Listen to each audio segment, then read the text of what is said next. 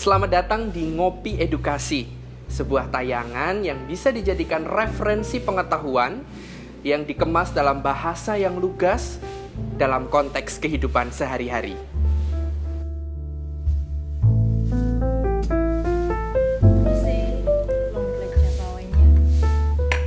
Terima kasih. Ngopi identik dengan gaya anak muda ngobrol, tetapi tetap bermakna. Ngopi bisa jadi lifestyle untuk semua kalangan.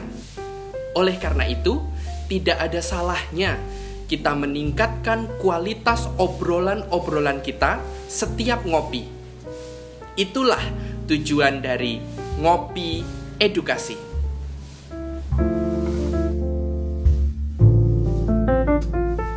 Suasana yang pas di 1915 Arts Cafe Huis membuat kita semangat untuk memproduksi obrolan-obrolan yang berbobot, tetapi tetap santai.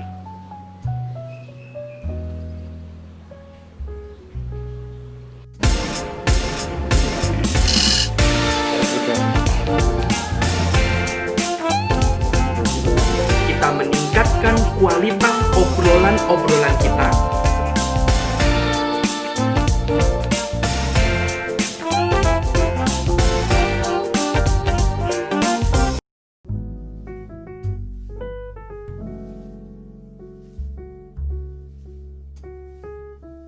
Edisi Ngopi Edukasi yang pertama akan kembali memunculkan sosok Kartini.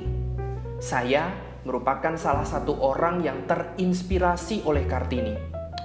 Belakangan ini, kita sering memaknai perjuangan Kartini hanya tentang emansipasi wanita. Tetapi, siapakah Kartini? Mengapa Kartini? Apa relevansinya Kartini dengan generasi yang sekarang, dan apa pentingnya kita membahas tentang perjuangan Kartini? Itulah pertanyaan-pertanyaan yang akan kita jawab satu demi satu dalam konten Ngopi Edukasi saat ini. Kartini memiliki sesuatu hal yang menarik. Dia berjuang untuk pendidikan. Memang pada masanya, pendidikan untuk kaum perempuan tidak sebagus untuk kaum laki-laki. Dan Kartini sudah memulai usaha dengan memunculkan ide yang cukup brilian. Dia membuat kurikulum, dia membuat prinsip-prinsip pendidikan, bahkan Kartini telah berhasil membangun sebuah sekolah. Pada zaman itu, usaha Kartini akhirnya dilirik oleh kaum laki-laki sebagai bagian menyetarakan kewajiban dan juga hak antara laki-laki dan perempuan. Inilah singkat cerita atau mungkin suatu perspektif, perpandangan tertentu yang menyatakan emansipasi perempuan atau emansipasi wanita yang diperjuangkan oleh Kartini adalah dampak ketika Kartini mengusahakan pendidikan yang maju di negara ini. Kartini hidup dan besar di keluarga yang cukup berada. Bahkan kakeknya, Pangeran Aryo Condronegoro, sejak 1846 telah berhasil mengundang guru-guru Belanda untuk datang dan mengajar di rumah untuk semua anak-anaknya. Wow, bayangkan, ini suatu kejadian yang cukup aneh atau mungkin sebuah kejadian yang tidak lazim pada zaman itu. Bagi orang yang sangat kaya, ternyata Pangeran Aryo Condronegoro juga mengutamakan pendidikan. Prinsip inilah yang menjadi titik Kartini mengidolakan pendidikan. Oke, Kartini merupakan keluarga yang cukup kaya, tersohor, dan juga mengusahakan pendidikan bahkan sejak 1846. Dan kakek Aryo Condronegoro ini akhirnya berhasil membuat anak-anaknya menjadi bupati-bupati yang cukup sukses di Jawa dan Madura. Bahkan anak-anaknya mampu berbahasa Belanda dengan lancar. Itu adalah sebuah kemampuan yang cukup tidak lazim atau cukup menarik pada saat itu, di mana orang-orang pribumi rata-rata berbahasa Jawa kuno yang tidak dimengerti oleh orang-orang Belanda. Pada saat itu Belanda sudah menjajah atau sudah masuk ke wilayah Jawa. Perjalanan dan pola pikir yang ditanamkan oleh kakek Aryo Condronegoro ini terus ditularkan pada generasi-generasi berikutnya, termasuk Kartini. Ada sebuah kondisi yang cukup mirip antara kondisi Kartini pada zaman dulu dan juga kondisi kita sekarang ini. Tentu cerita Kartini selalu dilengkapi atau mungkin diwarnai dengan masa pingit. Nah, pada saat ini kita merasakan work from home. Kita merasakan juga seperti dipingit. Nah, apa dampaknya dan apa kaitannya dengan pendidikan? Itulah yang menjadi sorotan utama perjuangan Kartini. Dari sini teman-teman sudah bisa mengerti kan bahwa kondisi yang hampir sama membuat Kartini memikirkan jalan keluar, solusi yang lebih maju dengan bekal pendidikan-pendidikan dan pembelajaran yang dia dapatkan sebelumnya untuk keluar dari sebuah keadaan. Ini yang saya bilang menarik. Pada zaman itu masa dipingit adalah masa yang sulit. Dan Kartini sebagai seorang wanita dipingit sejak usia 12 tahun. Usia Kartini dipingit merupakan usia yang lebih muda ketimbang saudara-saudara perempuannya yang lain. Entah apa yang terjadi, tetapi saya membayangkan bahwa Kartini yang sangat aktif, pemikirannya maju, berpikir kritis, penuh dengan antusias, ini menjadikan ayahnya untuk memikir ulang terkait dengan pola pendidikan yang Kartini ambil di sekolah umum. Nah, oleh KBBI, kata pingit itu diartikan sebagai masuk ke dalam. Dan oleh Armin Pane yang merupakan penulis buku Habis Gelap Terbitlah Terang, pingit diartikan sebagai sebuah keadaan di mana perempuan dipaksa untuk masuk, tidak boleh memiliki jabatan tertentu pada kondisi politik ataupun pemerintahan, tidak boleh menjadi pegawai negeri, dan juga tidak diperkenankan untuk menyuarakan hal-hal yang berbau tentang politik pada zaman itu. Itulah makna dipingit. Kita kembali belajar bahwa ada perbedaan makna yang selama ini kita pahami. Seringnya kita paham pingit itu berkaitan dengan menikah, dipaksa menikah, atau masa sebelum wanita menikah. Memang betul, pingit terjadi ketika wanita belum menikah. Tetapi makna pingit pada zaman itu bukanlah tentang pernikahan saja. Saya ulang kembali, pada saat itu pingit berarti seorang wanita yang dilarang untuk menjadi pegawai negeri, dilarang untuk mempublikasikan pikiran-pikirannya terkait politik, dilarang untuk menjadi bagian dari pemerintah, pastinya pemerintah Hindia Belanda ya, dan juga dilarang untuk melakukan update karena takutnya membawa kudeta tertentu. Itulah makna pingit. Mari kita pikirkan kondisi kita sekarang. Hampir mirip bukan? Kita dipaksa untuk masuk.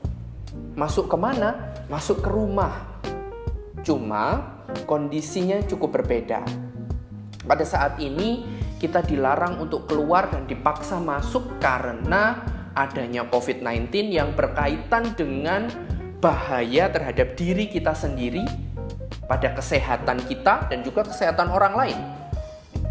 Kondisi yang hampir sama adalah tirani, di mana pendidikan tidak lagi bisa diakses dengan bebas.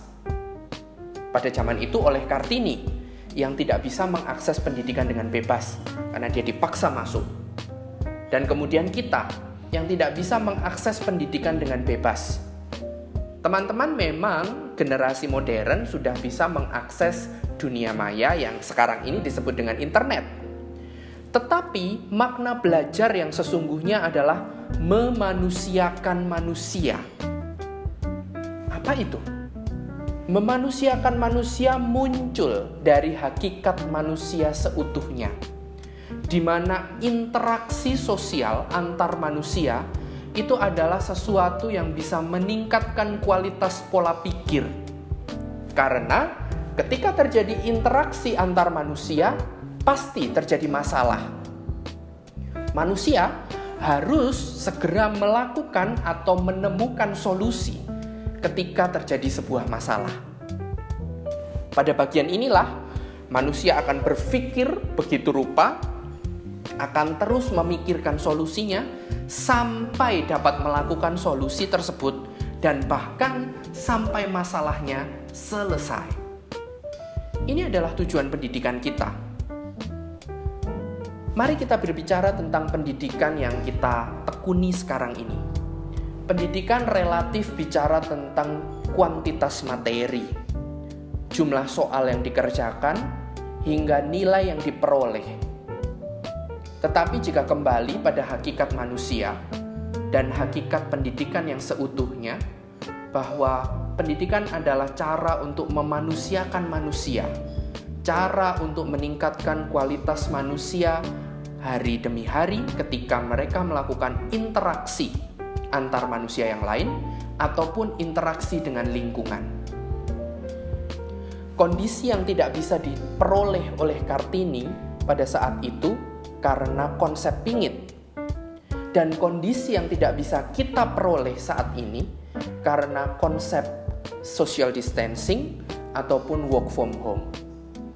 Memang kita masih bisa mengakses internet, tetapi sekali lagi, interaksi dengan manusia, interaksi dengan alam sesungguhnya, itu adalah cara mendidik atau cara meningkatkan kualitas pola pikir manusia dengan sangat baik. Nah, pada kondisi inilah, Kartini mulai memikirkan solusi-solusi yang dia ajukan terkait dengan pendidikan. Dan perlu diketahui teman-teman, pada saat itu Kartini juga sedang mengalami pandemi. Bangsa Jawa pada saat itu sedang mengalami pandemi. Pandeminya adalah pandemi kolera serta gunung meletus. Pandemi yang tidak jauh berbeda dengan sekarang kan, adalah pandemi COVID-19. Dan beberapa waktu yang lalu, ada beberapa gunung berapi di Indonesia pun meletus. Nah, ini adalah suatu sekuen tahunan atau siklus tahunan yang dilakukan oleh bumi kita ternyata. Satu hal yang perlu saya bawa dalam diskusi ini adalah Kartini sebagai orang masa lalu, tetapi dengan modal belajar dan antusias yang sangat kuat, dia berhasil memikirkan jalan keluar untuk bisa tetap meningkatkan kualitas pendidikan dalam kehidupan sehari-hari. Jawaban utama dari Kartini adalah dengan mengadakan pembelajaran kontekstual. Dan sungguh menarik bahwa konsep merdeka belajar sudah diungkapkan Kartini sejak zaman dulu. Kartini mengalami masa pingit kan tadi kita sudah bahas.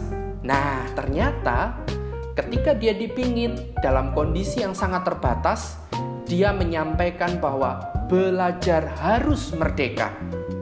Merdeka tentang melihat sekeliling, berinteraksi dengan siapapun, mengalami berbagai macam masalah yang real, bukan masalah yang dibuat-buat, atau bukan masalah yang hanya muncul pada soal, kemudian menyelesaikannya secara langsung. Dan pada saat itu, dia bisa memproduksi sebuah kurikulum yang kegiatannya sangat kontekstual. Memasak, menjahit, mengukir, membaca, hingga bercakap-cakap dengan orang Belanda. Ide-ide besar Kartini terkait dengan pendidikan pada masa itu diungkapkan dengan dua hal, yaitu kecerdasan pikir dan kecerdasan budi. Ini adalah bagian yang bisa membuat manusia merdeka, bahkan memikirkan solusi. Tentu, teman-teman pernah membayangkan dan juga pernah mendapatkan informasi tentang keterampilan abad 21. Saya sangat tertarik dengan pembahasan ini. Mengapa? Karena ternyata Kartini sudah mencetuskan salah satu dari sekian banyak keterampilan abad 21, yaitu manajemen pikir, di mana manusia secara individu wajib memikirkan solusi-solusi tentang setiap keadaannya, tentang setiap problem atau masalah yang dia hadapi. Nah, terkait dengan kurikulum Kartini, bagaimana sekolah Kartini itu dibuat, apa dampaknya terkait dengan psikologis manusia, saya akan bahas pada video yang kedua. Tetap ikuti Ngopi Edukasi dan jangan lupa untuk ikuti Ngopi Edukasi sesi 2. Kita akan bahas tentang kurikulum gaya Kartini.